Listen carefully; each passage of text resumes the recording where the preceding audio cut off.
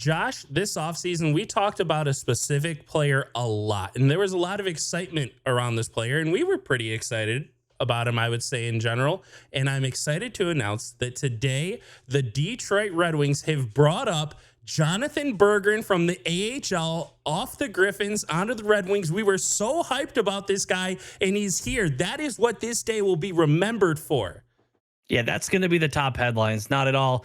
Patrick Kane selecting to join the Detroit Red Wings. Patrick Kane is a Detroit Red Wing. I feel like this could actually go down as a where were you moment when he signed. And for you, that's your bed. I was calling you this morning at 8 a.m. due to our rule of waking each other up or calling each other until they answer their phone to some big Red Wings news. So, Josh, what was your first thought when you saw the call coming in, followed up by your first thought with the news breaking? Believe it or not, it was Patrick Kane. When it was you calling at that hour twice, when I had a missed call from you, I was like, this has got to be like this had it because I knew that there was like rumblings that this might happen or that he was going to pick a team. And my immediate thought was that it's got to be related to Kane. And then when you said it, my immediate thought was, well, now we got to go make a video. So first things first, let's talk about some of the details of the contract. 1 year, 2.5 mil. Is that right? Or was it 2.75? 2.75 mil. No trade clause, which I like. Yes. I like because teams don't request no trade clauses. Players do. That means Patrick Kane just wants to play here this year, doesn't want to be shipped off to a contender if things don't feel right, wants to play here this year. My guess is that Steve was the one to potentially, if there's a no trade clause, Steve was the one to make this 1 year, especially with what we saw with DeBrincat and the negotiations with Larkin. Who knows? Patrick Kane very well could have wanted a second year to secure, a little more money or whatever, to secure a little more just job security. And this could just be it. Let's see first. You just came off your surgery. I don't want to point at stats and be like, look at what you did in New York. But this is definitely a let's see what you got. Let's see if it fits. We got someone you used to play pretty well with. And this works because DeBrincat is the scorer in the situation. And when you get older, you don't lose the hockey IQ. You lose some of that speed. He was never known for the speed, and you lose some shot power and but these weren't things Patrick Kane was known for. The things he was known for, he can retain hopefully through that surgery. And he's got the chemistry with a player like DeBrincat. I'm not saying they're going to go Larkin, DeBrincat, and Kane, but what if they go Larkin, DeBrincat, Kane? Like, what if they do? I don't know, man. Like, there's so many ways this could go. Yeah, I did see that lineup shared on Twitter as the Captain America line, which honestly, being the team with like the American line, that would be pretty cool. But I do think he has a great opportunity to slot in pretty well here. Like what you said, his speed isn't what made him what he was. It's that IQ. It's that ability to pass. And right now, we have plenty of people to pass to. Like people like Joe Veleno who have really stepped up this year. I'm trying to think. Kane's probably going to be on those top two lines. I would expect a second line.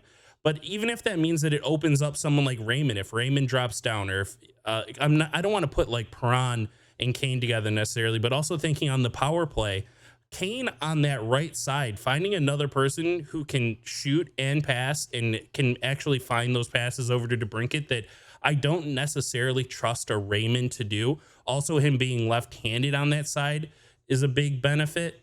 And I know that there are a lot of concerns over his health.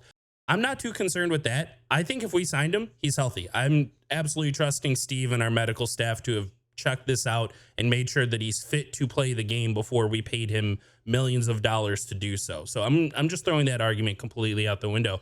But what I do want to see is a Chicago Patrick Kane, and I don't mean like in his prime years. I mean still towards his late years, and not a New York Rangers Kane.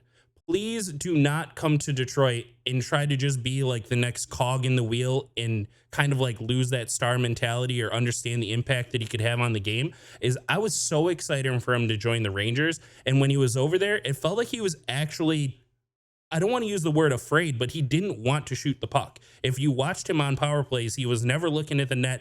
He was looking everywhere else. I think he still has it in him to be that star. I think he can have those huge impacts on plays. I just want to see him do that instead of like this reserved Kane that we saw in New York. I'm with you there. And because we are doing this so soon after the signing, we'll probably talk more about this in another video, by the way, later in the week. So if you're new here, if the news brought you here, subscribe, because we're going to dive more into, we do weekly Red Wings content every week, sometimes more often than that.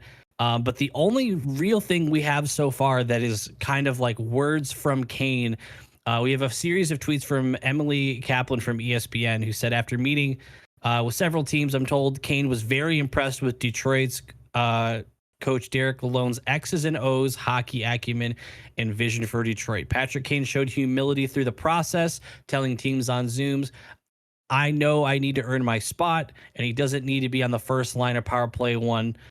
In the end, I believe he narrowed his focus and was down to 2 Eastern Conference teams. So, and then the last part was, anytime a coach or GM asks Kane why he wanted to go through a grueling rehab process for a surgery with little proof of concept in the NHL, Kane answered, because I love the game. What's your reaction on the very little information we have so far from Kane on why he chose Detroit over his other options? He sounds so motivated. He sounds inspired. It's like he sees that maybe this surgery didn't go well for others, but he understands is that that's not going to be the case for everyone. So it does have a bit of a, I don't want to use like chip on the shoulder necessarily, because I don't think he gave too much of that vibe, but definitely I can do this and I'm going to do this.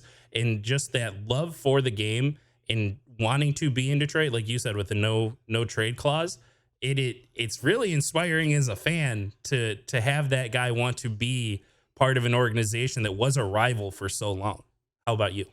It's kind of, it tacks on to what I was saying earlier with the no trade clause thing. Is it feels like he wants to play here, which feels, if it feels weird. All the responses that I'm seeing on Twitter are totally valid. I see people saying, I thought he wanted to go to a contender.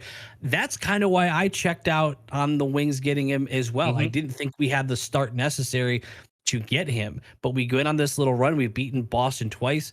So it might be the case of somebody who feels they can bring something to the table and not leech onto a successful team, seeing the opportunity and maybe seeing something that the Wings are missing that he can provide. That's the best way I can try to justify why he would pick the Wings when we are not showing to be the highest contender possible. And the other factor could be, I mean, he's won before. Yep. You know, that doesn't necessarily need to be the top priority. He's gotten his bag. So he's gotten his rings. He's gotten his money. You know, there's a pursuit of happiness here. He loves the game. He gets to play with someone he clearly enjoyed playing a ton with. I'm sure if Jonathan Toews was playing somewhere else right now, finding some sort of success, maybe that's where he would have considered as well. But he enjoyed his time with DeBrincat clearly, and maybe he wants to see DeBrincat, you know, succeed. Maybe it was that good that he wants to do that again. Whatever the reason may be. Are you hinting towards a Jonathan Toews to Detroit Red Wings rumor? Not even remotely. I just know that Patrick Kane has not actually had an interview yet as of the recording, so I'm looking forward to, you know, hearing his first words as a Red Wing in an interview. I'm sure we're gonna get the tweets of the Red Wings showing him stepping off a plane or you know, or him in like a practice jersey. All right, Josh. Last thing, Daniel Sprong is currently number 88. The number goes to Kane, right? And what number does Sprong become? I'd just be pissed if I brought a Sprong jersey at this point. Like it feels wrong. It feels illegal to sell a jersey and then change your number. Maybe if you bring your Sprong jersey, they'll swap it or something. I don't know. I think Kane will end up having 88. I imagine. What did Sprong used to have? 91 in Seattle. Well, you can't take Fedorov, so just flip those numbers. I'm sure he'll be fine, right? Yeah, I'm gonna go with like 77. I think it's gonna be like another double number and just pick something nearby. Did you catch flipping the numbers would make 19? I got that.